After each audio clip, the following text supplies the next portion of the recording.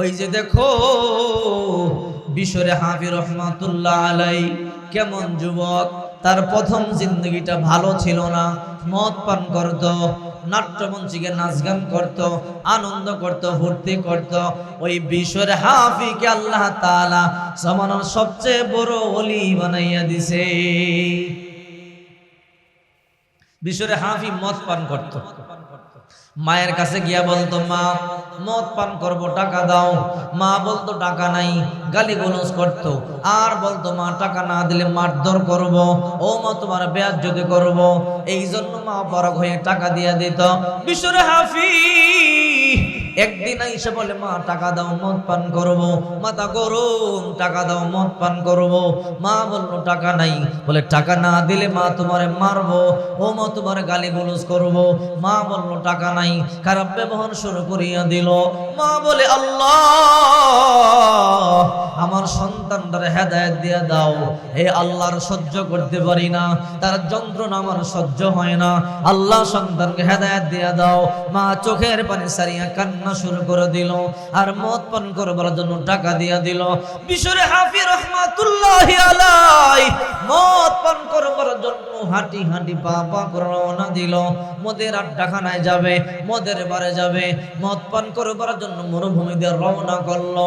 যেতে যেতে লম্বা পথ, হঠাৎ করে তাকাইয়া দেখে মরুভূমির বালুর মধ্যে একটা কাগজের টুকরা গড়াগড়ি করতেছে।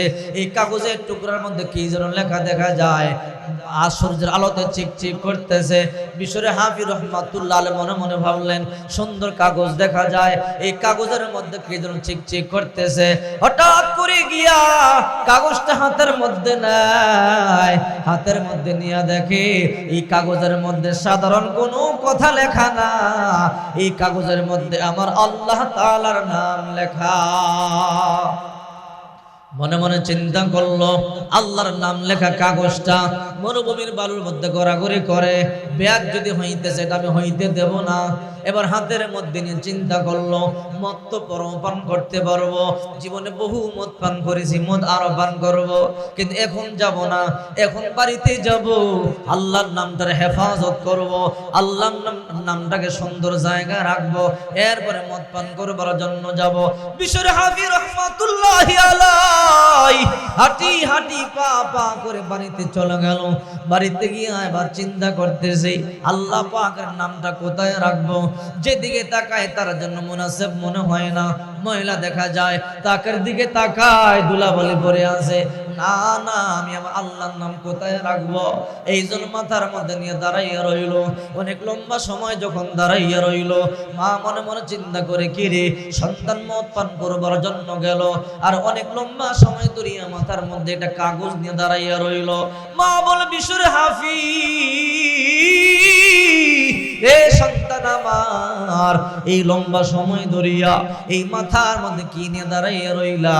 বিশরে হাফি বলে, মা মদ পান করবার জন্য মদের বারে যাইতেছিলাম, রাস্তার মধ্যে কাগজের টুকরা পাইলাম, এই কাগজের টুকরার মধ্যে একটা নাম লেখা, এই নামটা আল্লাহ পাকের নাম লেখা। এই জন্য মনে মনে ভাবলাম আল্লাহর নামটাকে হেফাজত করি, এরপরে মদ পান করবার জন্য যাব। ও মা, ঘরে আসলাম, রাখার মতো জায়গা নাই, কোথায় রাখবো, রাখার মতো জায়গা পাই না, এই জন্য মাথার মধ্যে নিয়ে দাঁড়াইয়া রইলাম। মা বলে, আল্লাহ এই বুঝি আমার সন্তানকে হেদায়েত দেওয়া শুরু করে দিলা। এবার মা বলে, আমার কাছে দে। মা সুন্দর একটা জায়গার মধ্যে রাখিয়া দেয়। এবার বিশরে হাফি রহমাতুল্লাহি আলাইহি মদ পান করবার জন্য মদের বারে চলে যায়। মদ পান করিয়ে অজ্ঞান হয়ে পড়ে থাকে। ওই জামানার সবচেয়ে বড় ওলি, নাম তার হাসান বসরি রহমাতুল্লাহি আলাইহি। আল্লাহ তাআলা হাসান বসরিকে বলে, রে হাসান তাড়াতাড়ি যা, ওই মদের আড্ডাখানায় যা, মদের আড্ডাখানার মধ্যে আমার এক বন্ধু মদ পান করি অজ্ঞান হয়ে পড়ে আছে, তার নাম বিশর, তাড়াতাড়ি যা, তার সুসংবাদ দে, আমি আল্লাহ তার নামটা ওলিদের খাতার মধ্যে লিখে দিয়েছি। হাসান বসরি রহমাতুল্লাহি আলাইহি হাঁটি হাঁটি পা পা করে মদের বারে চলে গেল। মদের বারে যাওয়ার পরে সবাই অবাক হয়ে গেল, কিরে জামানার এত বড় আল্লাহর বলি মদের আড্ডাখানায় কেন আসলো? উনি তো এখানে আসার কথা না, এত বড় ওলি মদের আড্ডাখানার মধ্যে কেন আসলো? সবাই আশ্চর্য হয়ে গেল। হাসান বসরি রহমাতুল্লাহ আলাইহি জিজ্ঞাসা করে, আল্লাহর ওলি, এই জায়গা বড় খারাপ জায়গা, এই মদের আড্ডাখানার মধ্যে আপনি কেন আসলেন? বলেন না, আমি তোমাদের জন্য তোমাদের মতো মদ পান করতে আসি নাই, তোমাদের মতো আনন্দ ফুর্তি করতে আসি নাই। তোমাদের মধ্যে বিশর নামে একটা যুবক আছে কিনা বলো? বলে হ্যাঁ আছে, তো মদ পান করে মাতাল হয়ে পড়ে আছে। বলো, হাসানে বসরি এসেছে আমার সাথে কথা বলবার জন্য, তারে বলো। সবাই গিয়া দেখে ওই যুবক বিশর মদ পান করে পাগল হয়ে মাতাল হয়ে পড়ে আছে। এবার গিয়ে বলতেছে, বিশর তোমার কপাল খুলে গেল। বলে কি হয়েছে? এই জমানার সবচেয়ে বড় আল্লাহর বলি হাসান বসরি দরজার মধ্যে দাঁড়িয়ে তোমাকে ডাকতেছে, যাও পুরো সুসংবাদ তোমাকে দেবে। হাসান বসরি ডাকতেছে, রে বিশর আয় আয়, তাড়াতাড়ি আয়, তোর কপাল খুলে গেল। বিশরে হাফি রহমাতুল্লাহি আলাইহি হাঁটি হাঁটি পা পা করে দরজার সামনে আসলো। আল্লাহর ওলি গো, আপনি এখানে কেন আসলেন? এই জায়গা বড় খারাপ জায়গা, মদের আড্ডাখানায় কেন আসলেন?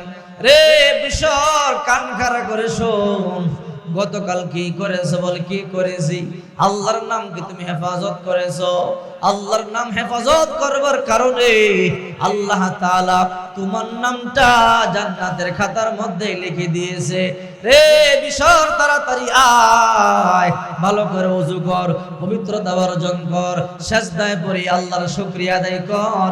আল্লাহর নাম হেফাজত করবার কারণে আল্লাহ তাআলা তোর নামটা ওলিদের খাতার মধ্যে লিখে দিয়েছে। আল্লাহু আকবার। আল্লাহ পাক ডাক দিয়ে বলি, ইয়া বাশার রাফাত ইসমি ফারফানাকা, হে বাশার, তুমি আমার নামকে হেফাজত করেছো আর আমি আল্লাহ তোমাকে হেফাজত করলাম। আল্লাহু আকবার বলেন। ওই দিন থেকে বিশর আর জুতা পাওয়া দেয় না, খালি পায়ে মরুভূমি দিয়ে হাঁটে। এলাকার লোকেরা বলে, কিরে বাশার, কিরে বিশর, কেন তুমি খালি পায়ে হাঁটো? বলে, আমি যেই দিকে তাকাই আল্লাহর কুদরত দেখতে পাই, আমি আল্লাহর কুদরতের মধ্যে কেমনে পা লাগাইব, এই জন্য জুতা আমি পায়ে দেই না। এই জন্য তার নাম হয়ে গেল বিশর হাফি, খালি পাওয়ালা বিশর। আল্লাহু আকবার বলে। কাদের কুদরত দারি বর কামাল, আনতা রব্বি আনতা হাসবি জুল জালাল, তুহি কাদের জলিলুল্লাহ জাহাদার, বহর হালে তুহি মেরা নিগাহদার, লা ইলাহা